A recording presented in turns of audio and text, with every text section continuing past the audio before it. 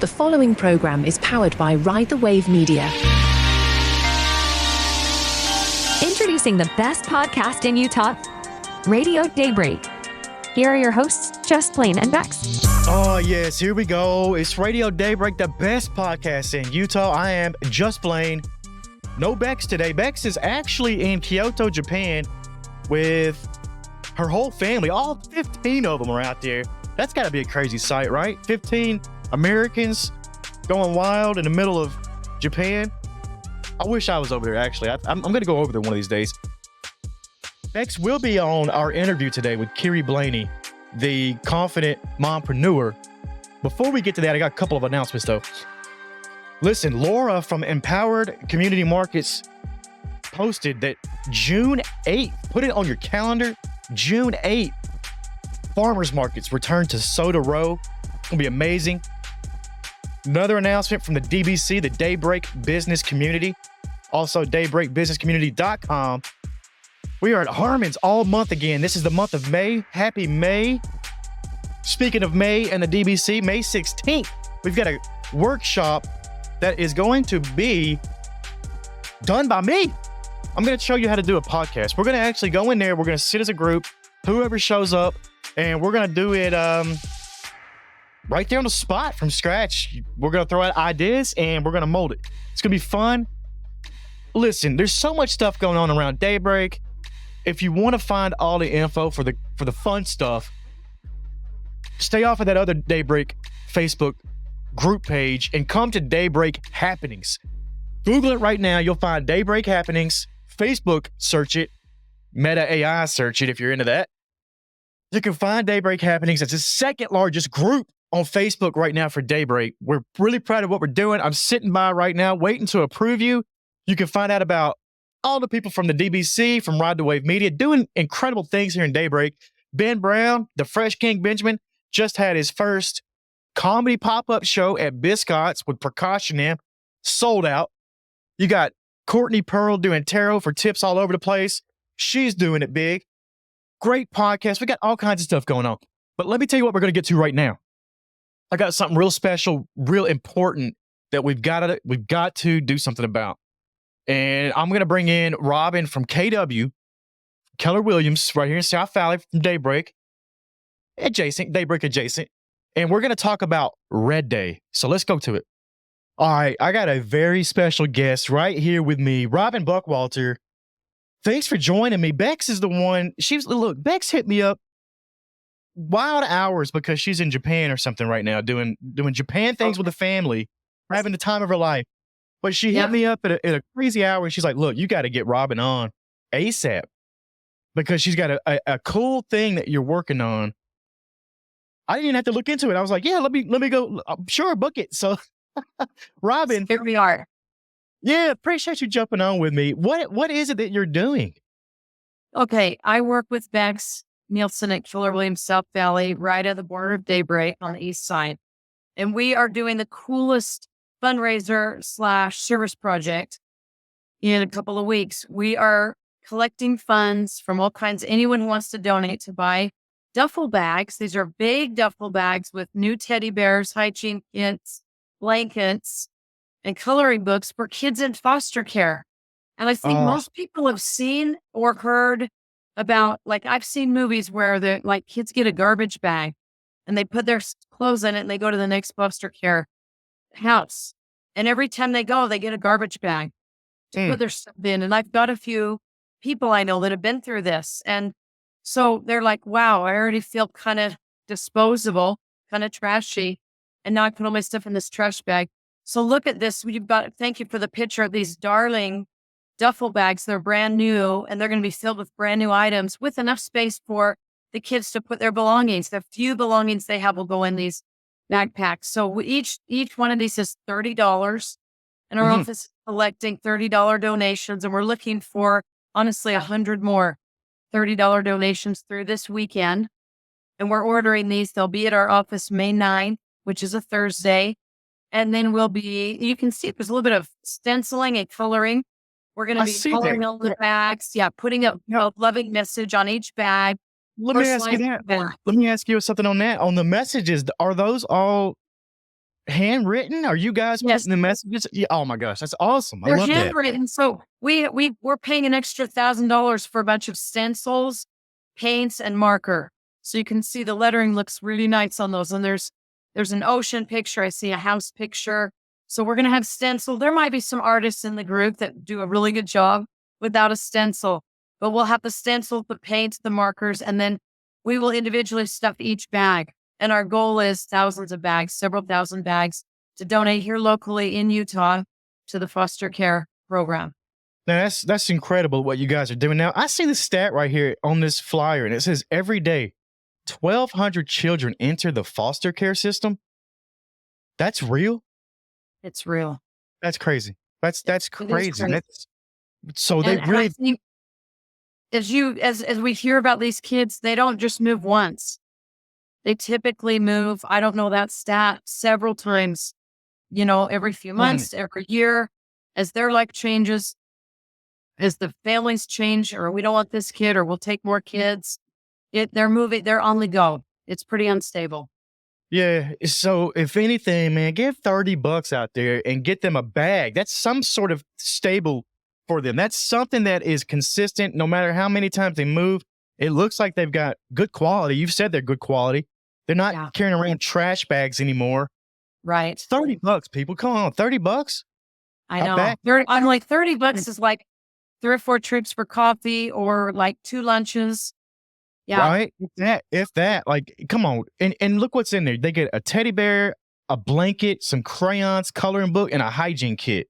Yeah. Honestly, I'm going to tell you what, Robin, this $30 right here could change a kid's life. You hear that kind of stuff all the time, but it really could change the trajectory of somebody out there that's going through the foster care system. They might get that and think, oh my God, I'm loved. And then it might change what they're doing. Come on, people. You're exactly right. $30. You're exactly right. Yeah. I know. It's $30. It's nothing to a lot of us.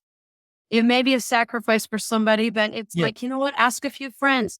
See if your kid wants to go sell lemonade for 2 hours. They'll make $30 fast. I mean, this can be put together pretty quickly. And you know what? If you don't have the money out there, you have a social media account because you're watching this right now. Share this clip. Get it to the people who have the money. Get $30 in the hand. How do we give the donation money? Where is that money going to? How do we get it to you? Okay, this is pretty easy. We're going to do Venmo. Now, someone could bring a check to the KW office at 40,000 West, 114 South. You could. I don't know if we still has checks, but some people do. Yeah.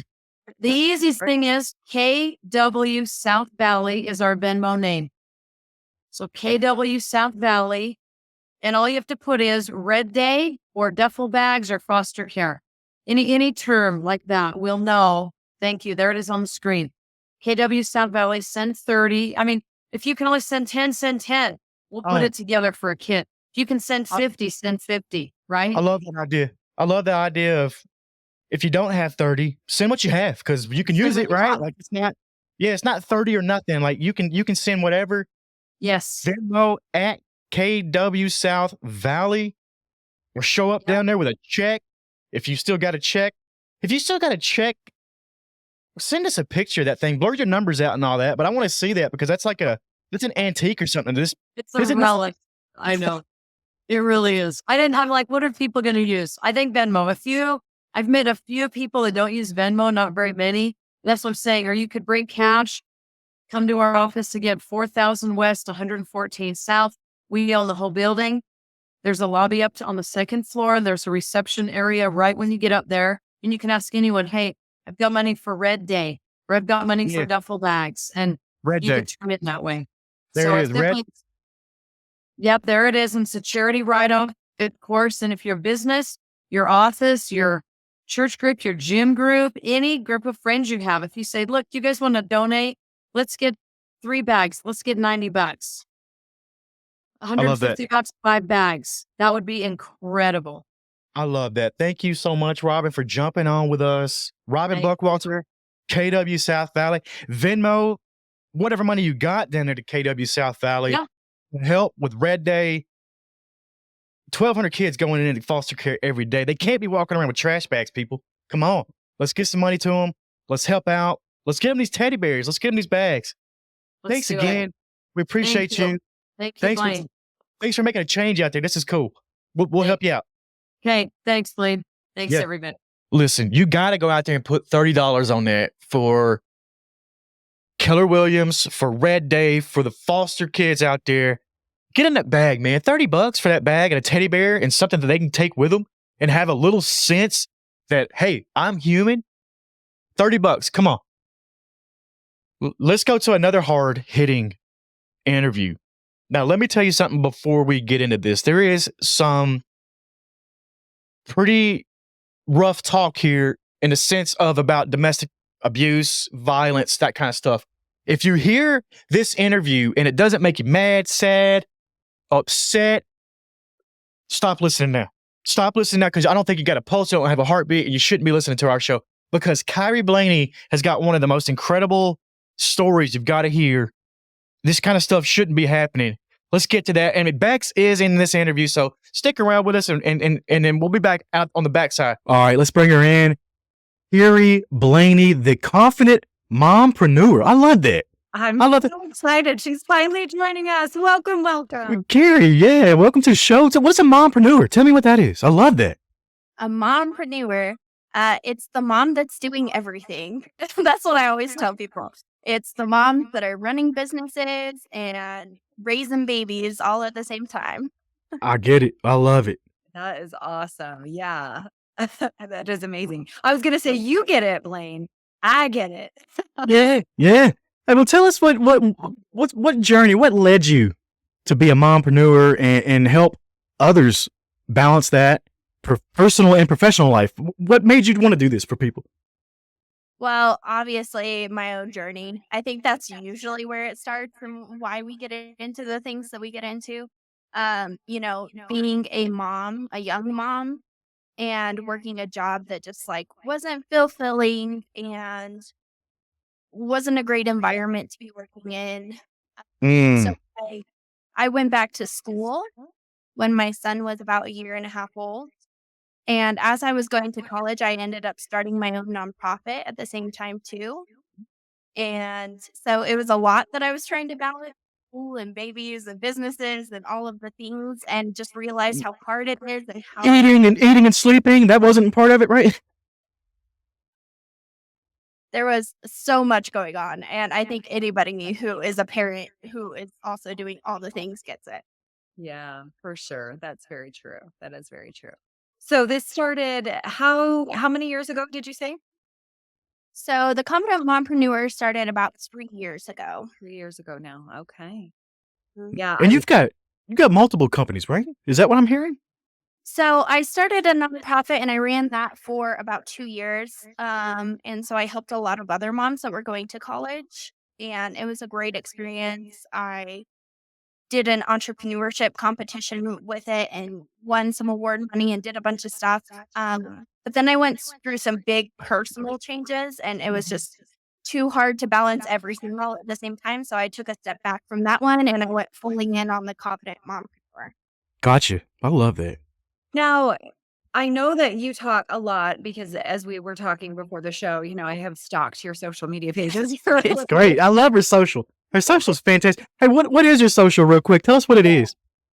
The Confident Mompreneur. That's where I'm at everywhere. I love that. That's so good. It's so fun to watch you just in your element and with your family and just the gratitude that you have and just wholeheartedly being authentic you. Like, look at me. I'm getting teary-eyed because it Right? really means so much to me. I'm like, Blaine, we got to have her on the show. But that being said, I wanted to dive into, you mentioned a little bit about your personal journey. Is that something that you wouldn't mind just kind of giving us a brief overview, what your story is, where you came from, and how you got here? Yeah, it definitely had its big ups and big downs. I think Yeah. like anybody kind of goes through. So I started my nonprofit. I finished college. I did all of the things. And during that time, kind of unbeknownst to everybody around me, I was going through a abusive relationship, Mhm. and that was really difficult. And I was that was a big motivator for what I was doing so that I could get myself and my son out of that situation. Yep. And so I was finally able to do that. and I went through a divorce, which when you're going through a divorce, it's hard enough. And then having an abusive spouse on the other end of it made it very, very. Yeah. And so that came with its own set of hardships. There was a lot of financial hardships, mental abuse throughout the whole thing. There was a lot going on. And I was also going through my transformation of I had been handling somebody else's emotions for such a long time that I forgot how to handle my own emotion. Yeah. And this torrential downpour of emotional things that I was going through on top of the financial and everything. So it was a really difficult period of time. Mm-hmm. And then I ended up having some health concerns kind of come up. I had a cancer scare. And I always tell people your mental health and your physical health are so tied together. And my physical health had started to go downhill because of my mental health. My body was telling me I needed to slow down. I needed to rest and, kind of recoup from everything that was going on. And so I went through that. And then almost immediately after all of this, I went through a sexual assault and physical assault. God. Yeah, it was one thing after another. And then, of course, I went through the court process for my sexual lasted a full year. This is she just told us the plot to the worst horror movie ever. This is, oh my gosh. This is what creates warriors. Yeah. Truly. What did you do to combat I want to find out what you did to combat the mental health issues, because to me that's one of the biggest things out there. I think everybody's got something they do. And it's time to kind of let that rise to the surface and talk about that kind of stuff. What did you do to combat your mental? Well, like you said, it's real life. We all go through really tough, really hard things. And, it doesn't have to be the same things that I went through. And of course, I would never hope anybody goes through any of the things that I went through. But, we all go through those really hard, really tough times. And I was not very good about, reaching out, getting help, talking about what was going on. So I was not a very good example of what to do in that situation. What do you think? What was keeping you from it though? Let me ask. What was your, stopping you there? Shame. 100% shame. I think we all hold on to shame really, really deeply. And like you said, mental health especially is not a topic that a lot of people really speak openly about.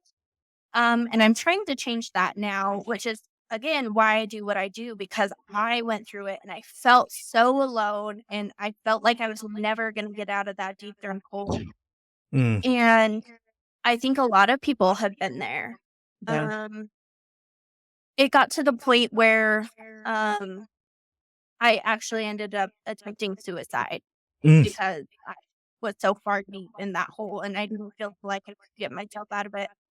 So that was where it really turned for me. Luckily, I had my parents that were very supportive and, part of that process, and some friends that ended up calling the sheriff's office on me. And the sheriff came into my office and said, "Yeah, you can't be here alone. We're taking you to a mental health facility." And so I was actually in there for a little bit, and that's where things really started to look up for me. Yeah. Wow. And I know on your podcast, and this is, what I really love about what she does. First and foremost, thank you for sharing that story. I want to acknowledge those are all hard things, and you just shared those very publicly. So thank you. I know that's not easy. I know it's what you do and probably why so many people relate to you, but it's not easy. So thank you. Hey, you know what? And I'll throw this out there too. Yeah. If you need it, if you feel this way out there and you're listening to this right now, NIMH, that's the what is that? The National Institute of Mental Health. Go to the website, you can get help. They can call 988 now. 988 get you to the Suicide and Crisis Lifeline. Do it now. Yeah. Do it now. Somebody out there needs to hear that. Do it now, because it's too much. You got too much. Even if you think you're at the bottom, you still got too much in you to throw it away. So go get some help. Yeah. I had to throw that out there. Let's talk about that podcast though. Yeah. Sorry about that. Yeah. No, you're okay. No, and I appreciate you no. throwing that in. That's very important. But you do feature a lot of inspiring interviews. Can you tell us particularly like a memorable, interview or experience on your podcast or guest that you've had that you'd like to share or touch on? Oh my gosh. I've done over 100 podcast episodes now. So I've spoken to so many people and they're all incredible. But Anything that was one really of- impactful. Oh, sorry. Go ahead. yeah, one of the ones that was most impactful for me kind of in that moment, I met with Dean Smith, who talks about forgiveness. Mhm. And I was right in the middle of going through my court process for my sexual assault. Wow. And his story is incredibly powerful. So if you haven't heard his story, you need to go listen to it. But for me during that moment, it wasn't about finding forgiveness for the man who did that to me, but rather forgive myself. Because I think when you're in that situation, there's so much victim blaming and stuff going on in society that you automatically put the blame onto yourself. And so there was a lot of shame for myself around, like, should I have gone out on a date with this person? Should I have done this? Should I have done that? And so there was a lot of like self-resentment there that I had to learn to forgive. Like you thought. So, oh my God, that's terrible. So what I'm hearing is, But it's almost, you like blamed yourself. You were blaming yourself in some ways. Absolutely. Like when you're in that situation, it obviously like he was at fault there 100%. But especially when I was like going through the court process, I know it's their job, but the court on his side was very victim blaming, like, blaming me for going out on a date with this person, inviting him into my home, doing this, doing that. And that happens so often to survivors. And so we automatically just put that blame on ourselves. It's like, well, maybe he was a good person and this was just like an outlier. Obviously going through the court choices crazy. Yeah, obviously going through the court process, I was like, this was such a violent act. I can't have been the first one that he did this to. But the other women that he did this to before obviously weren't able to step up and speak. And so then it happened to me. And I wanted to kind of that line down so that it couldn't happen to anybody else. And that Where's this guy? Where's he at now? Where's he at now? Prison. That's what I hope to hear. Yeah. We got found guilty on 3 felony counts of assault, which doesn't happen very often in these cases. So I was kind of one of very few that got a guilty on my case. And still, even with 3 felony counts of assault, he only got 6 to 8 years in prison. So he'll be out doing it again somewhere. Like that's repeat. I mean, they have to keep a watch on this. That's scary process, though. Like the strength that you have and that you found. Where did you dig? I mean, was that prior to? Were you in your facility and you had therapists and help and things through that process of your sexual assault, or did the depression? Where on the timeline did that happen? Was it afterwards? So you had already found your coping mechanisms and things prior to that? So I was assaulted in March. I attempted suicide in June. We didn't get we didn't go to court until February of the next year. And we didn't get our guilty verdict until March. So it took a year. Wow. It took a year. It took a year, the whole process. And so no, I had started the process, but I was still in the middle of going through it when I ended up in the psych facility. And that was one of the best things that could have happened to me during that time, I think. Yeah. And I don't think enough people talk about like actually having to go into a facility. But it was really great. Like I had therapists available to me all the time. They set me up with a therapist outside of the ward. When I got out, I had other people around me that were going through very similar things. So there was that kind of sense of community and understanding that I think when you're going through something like that, you assume that nobody understands what you're going through. Yeah. And so it was so nice to have those people around me who I was like, okay, yeah, you get it. So it's one thing to go through that and you've got your advocates and you've got your support and your team. It's a very different thing to speak about that publicly and do Yeah. it too. Where do you find that courage and that strength? Ooh, I just got the goosebump. Yeah. That is so empowering what you do. So talk a little more about that. I mean, you even said it. Some of these women didn't step up when you did. And you were the one leading the charge, if I heard that correct. Like, that's crazy already to think that they're too scared or whatever it may be. It's Gets me amped up over here. It gets me mad. It does. It does. You said something. Go ahead and answer that question. Go ahead and answer it. I'm sorry. No, it's fine. And you're right. Like it's kind of frustrating, but at the same time, like as a victim myself, I get how scary it is to step up and say those things. And especially, like I said, when you feel so alone, when you're questioning yourself and your judgment, it's so easy not to go through with it. But also, the reason why I do what I do is to help other people who are in that situation not feel so alone. To know that there are other people out there who understand, to show them that there is life after trauma. I love that. You said something earlier that still bothered me, though. And it's about the courts. And you said the other team had to fight for it. And that they had to make you look whatever.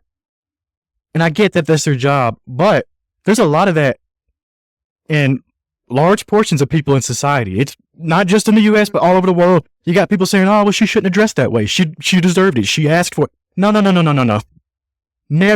Never does anyone ask for a sexual assault. Like, that's not condoned anywhere. But you got people out there who say those kinds of things. So it leaks into the court. And that bothers me. It bothers me because it can't be like that. It shouldn't be like that. Well, and that's another big reason why I'm doing what I'm doing, is to create change within the systems itself, to make women feel like they can report these things and that they're going to be listened to, that they're going to have a great team on their side, that they're going to get that guilty verdict. Because right now, that's not the norm. It's true. It's not the norm. Most women don't even report it. If they do, they aren't listened to. If they do happen to get a team that listens to them and says, hey, yeah, we actually do have enough evidence for this, they'll go through court and not get a guilty verdict. There was another girl that I spoke with at an event that we went through the same thing in practically the same timeline. It was about a month apart from each other. She got not guilty verdict on hers. And how dagger to the soul when you do that, and you have to repeat that story and repeat that story and repeat that story. It's horrible. Well, and the court system itself is such a re-victimization the full way through. Like putting those intimate photos up in front of a group of strangers, having to retell that story and look the person that did it to you in the eyes. There's so much within that process that's so hard. And then, like I said, even with me getting a guilty verdict, he only got 6 to 8 years, including time served. He can get out on, parole before that. So was the year that I went through, that difficult time, worth it? And nearly killing myself in the process. Quite literally, was it worth it? I had to ask. Yeah, it's almost like that year you were imprisoned in that year. You know what I mean? You were technically imprisoned in that year yourself. And that's nowhere to live either. Yeah. You're supposed to be free. You're supposed to be, living your best life, as they say. But no, you had to sit through that process. The system sucks. I'm telling you that right now. The system sucks. What are you doing? You did talk about, and Blaine, it's been broken and there's a lot about that. But I do want to dive into, what are you doing for advocacy and how can we at Radio Daybreak and our listeners, Mhm. here in the state of Utah and beyond, because we've got listeners, kind of all over now, right, Blaine? We How can do. we help? How can we help? What are we doing? How do we make a change? What do we do? So the SAFE Project is a group I work with locally. They helped me through my entire court process. They were incredible. But support groups like those, whether it's the SAFE Project itself or your local groups that help, domestic violence, sexual assault, anything like that. We also need to speak up and make changes in the system itself. So talk to your local, go- government employees, whether that's, like your Senate, your reps, anything like that, your local, city people. They all need to be told that this is a problem. And you also need to believe survivors, regardless of whether there's a guilty verdict or not. Believe survivors. Yeah. I love that. You got to absolutely do that, because that's tough. If you get a not guilty, then that person who filed the charges, then they look like they lied. I get that. It's not always true, because it could have got tossed out on some stupid technicality that the system put in place, and then it's messy. It's a messy situation. One more question. Go ahead, Bex. Oh no, I really appreciate you diving into your story and a lot of the heavy parts, but I do want to transition just a little bit and tell me, where your life's at now and how that's changed for you, and the positivity that you share on your social media page, and speak a little bit to that. Yeah. So since going through all of this, it's kind of crazy how quick my life has turned around. I have really spent the last couple years focusing on myself and my mental health, and it shows. I have a great relationship now with my partner. I have great relationships with my family members and things. I travel all the time. I get to do this, and it's honestly so wonderful. But I attribute a lot of it to finding the support that I needed and really focusing on myself and my mental health. I love that. And that's what I was going to say. What advice do you have, for listeners who are struggling or have had, some traumatic experiences in turning around their life? Was there a key, nugget, takeaway, like a mantra, if you will, that you kind of find in those dark moments and that you could share? I would just tell them that it's okay to sit in your feelings with it for a little bit, but don't let it be forever. And make sure that you find the groups of people around you that are really going to help you up and out of those situations. Because I think the people that you surround yourself, especially when you're going through those hard things, is absolutely key. I couldn't have done it without those people around me. And, take the time and space you need to work on your healing. For me, I completely quit what I was doing for a year and a half while I was going through everything. And I think people, especially people in business, are really afraid to do that they're going to lose all of the progress that they've made over that time. Honestly, it catapulted me forward when I came back and was like, hey, I'm on my stuff. I am ready to go. I am healed. I am feeling like I have a story to share and a reason, a why behind what I'm doing. And I have done so amazing since. So great. So if we want to find more from you, it's theconfidentmompreneur.com. We didn't even talk about, you got books on here. You got books on Amazon. How many books you got out there?